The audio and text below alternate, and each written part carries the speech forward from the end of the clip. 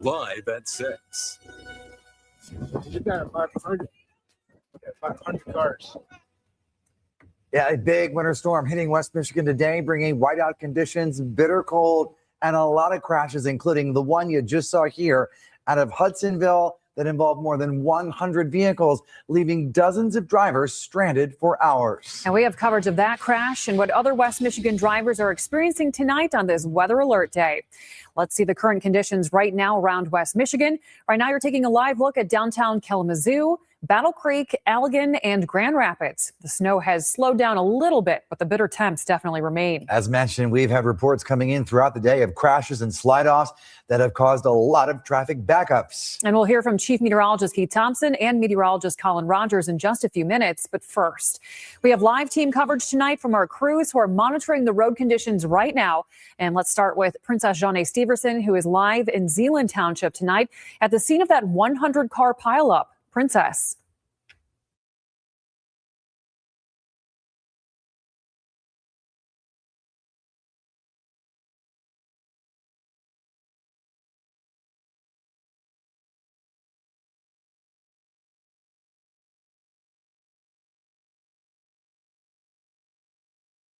Because of the wind gusts that has been going on in this area.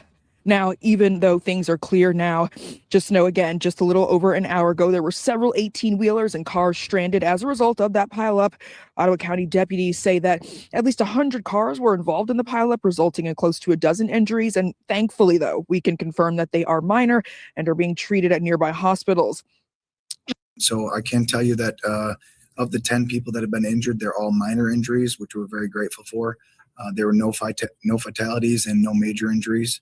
They've all been transported to area hospitals now via ambulance.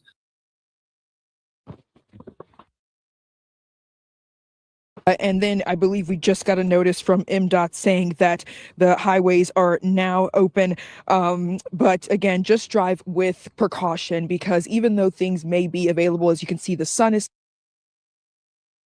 there's still low visibility. Reporting live in Zeeland Township, I'm Princess Jeanne Steverson, News Channel 3. And maybe freezing up a little bit there too as well. Thanks, Princess. Our team coverage continues now with Carter Landis. Carter, there's been a large focus on getting all these stranded drivers away from the scene of this massive pileup. We know Hudson High School and Max Transit's helping. What can you tell us tonight? Yeah, that's right, Andy. They did that for quite a few hours earlier today, wrapped up at about 2:30 or so with those buses getting everybody off of that highway. They said no fatalities, only about 9 to 12 people had to go to the hospital from that I-96 crash. Also, tow trucks were assisting in getting vehicles off of the road and to the Hudsonville High School parking lot where we are right now. There, they were picked up by friends and family. And others had cars actually sent to them from local dealerships. 3 women we spoke to say they were on their way back to Chicago from a ski trip in Petoskey. And when they left early, they were hit multiple times in the pileup this morning. We got up at 6 a.m., tried to beat the rush, but we ended up in it. So, yeah, it was pretty unfortunate. But yeah, that's what brought us up there. It was absolute chaos. I mean, everyone was everywhere, people out of their cars, people rushing around, trying to get the ambulances through. It was pretty packed and crazy. And the girls say they had a car sent to them from a local dealership so they can get back home to Chicago. But they say if the roads are still not drivable, that wind and snow is starting to pick up here in Ottawa County. Again, they will stay another night. And from the Ottawa County Sheriff's Office, as far as around about 2 p.m., they said about 50% of that highway is cleaned up from that pileup. Here in Hudsonville, Carter Landis, News Channel 3. All right, that is not the only problem area as we look live now at the MDOT Drive map and a look at conditions on the roads right now. You see lots of red, some on I-94, meaning slowdowns there. And that's I-196 where, of course, that pileup was happening and started at about 10 o'clock. It is still an area to avoid, so be careful on the roads. They're icy, they're snow covered, and in some areas, visibility is very bad. There was another large pileup near Kalamazoo on the 131 business loop. Officials say that more than a dozen vehicles were involved with this one, with that area being shut down for most of the day. News Channel 3's Autumn Pitcher joining us live on 131 right now. Autumn, what's the latest? Yeah, Sandy, Jessica, northbound US 131 opened back up just before 4 this afternoon. It had been closed since about 11 this morning, but the scene is clear now. Road conditions, though, as you can see, are still not great. The challenge for drivers, and has been throughout the day, is that snow that is really blowing around and decreasing visibility. It's hard to even see what's in front of us at sometimes as we've been driving. Not entirely sure what I'm going to do, but I guess I got to figure that out. Colton Relko is in limbo, trying to find out how to get back to college in Alma. But the wintry blast wasn't his only concern after learning northbound US 131 was closed. I guess I'll have to look at my phone, kind of put it into Google Maps.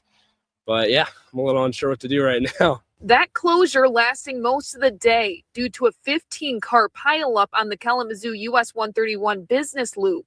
I mean, to be honest, I'm not too surprised in the weather.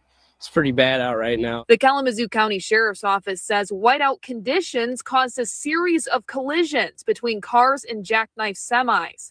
The pileup causing traffic on northbound US 131 to be backed up for miles, with drivers inching along.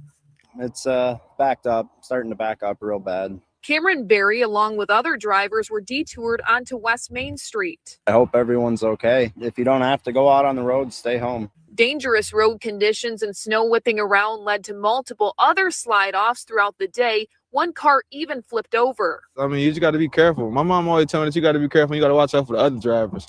You could be safe yourself, but the other drivers is what matter the most. And you can still see it's really those whiteout conditions. And with cold temperatures, we know there are some icy patches.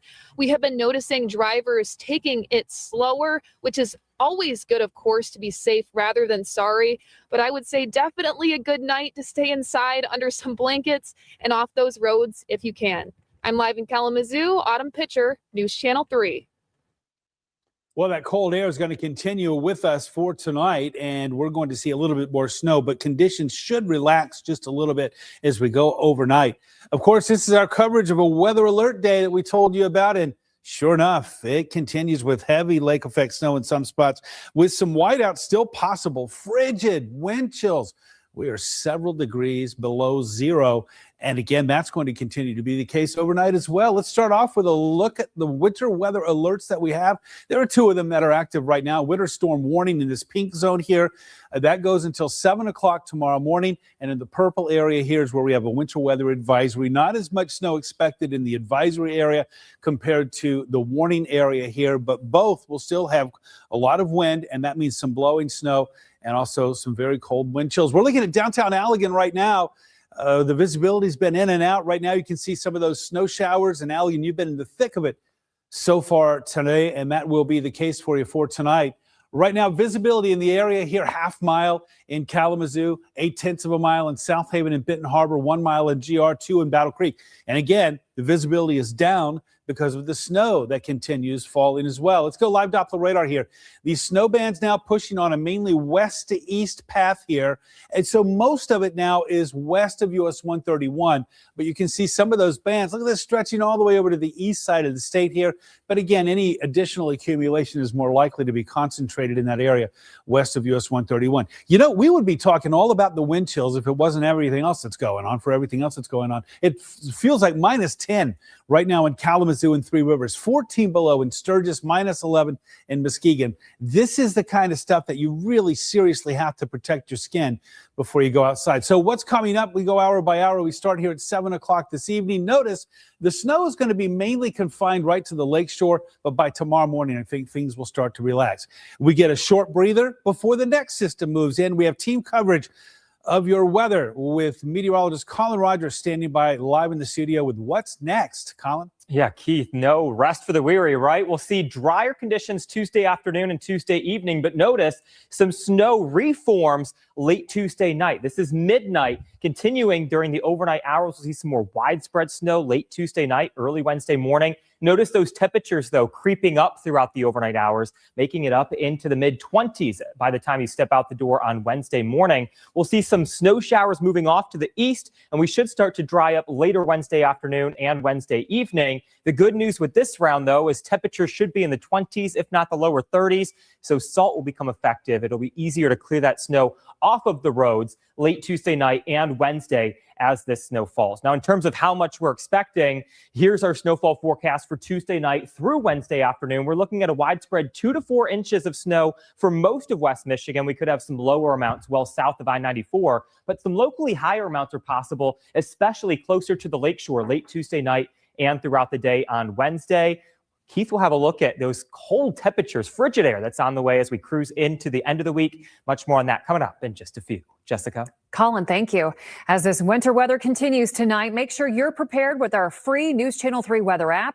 Just scan the QR code right there on your screen or search WWMT Weather in the App Store or Google Play. And our team coverage continues tonight of the weather conditions as local organizations are stepping in and keeping people safe. There are several warming shelters open right now, but advocates tell us that flexible emergency space is still needed. And News Channel 3's Ava Ray has more. On Monday, city officials say Kalamazoo reached extreme cold, posing a serious risk to people without housing. Volunteers and community groups rallied quickly, providing food, warm clothing, hot coffee, charging stations, and even pet food and clothing for job interviews. We all know that there's inclement weather here now, and we needed more warming shelters. So I felt that this was an opportunity for me as an elected official to get very, very active in keeping people warm. City and county officials say capacity is being monitored in real time at the multiple shelters and warming centers across the area. And as temperatures dropped, one local church opened its doors to add even more space. This is where the community stepped in. St. Luke's Episcopal Church opened its doors as an emergency warming shelter after advocates say there wasn't enough space to keep people safe during the extreme cold. The temporary shelter offers a warm place to sit, access to supplies, and support for people, including those with pets. When she called and said, hey, it may be 25 degrees below zero wind chill on Monday and Tuesday, what can we do? It was Thursday evening. I said, well, let me talk to our vestry, which is our board.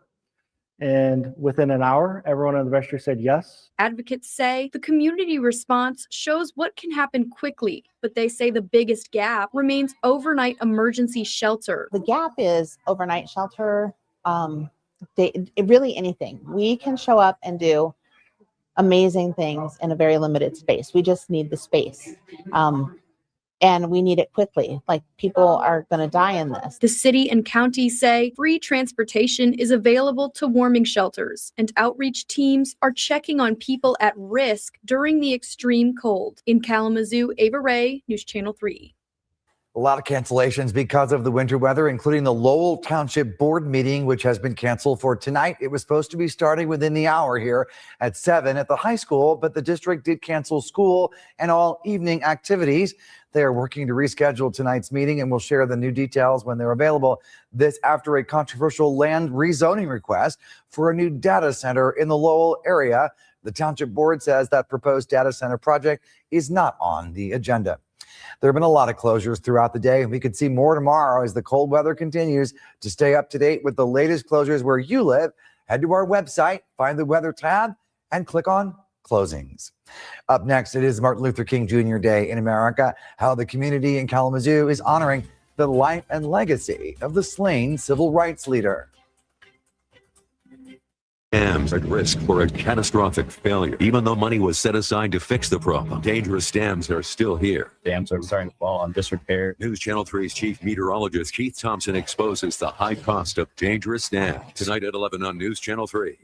Did you know a lot of roofing companies in Michigan shut down for the winter? But what happens if you have a leaky roof and can't wait until spring to get it fixed? Hey, I'm Eric with Victor's Home Solutions. Our crews are climbing roofs and taking care of our customers all winter long. And with our 50-year leak-free guarantee, special financing deals, and pricing incentives, you can count on Victor's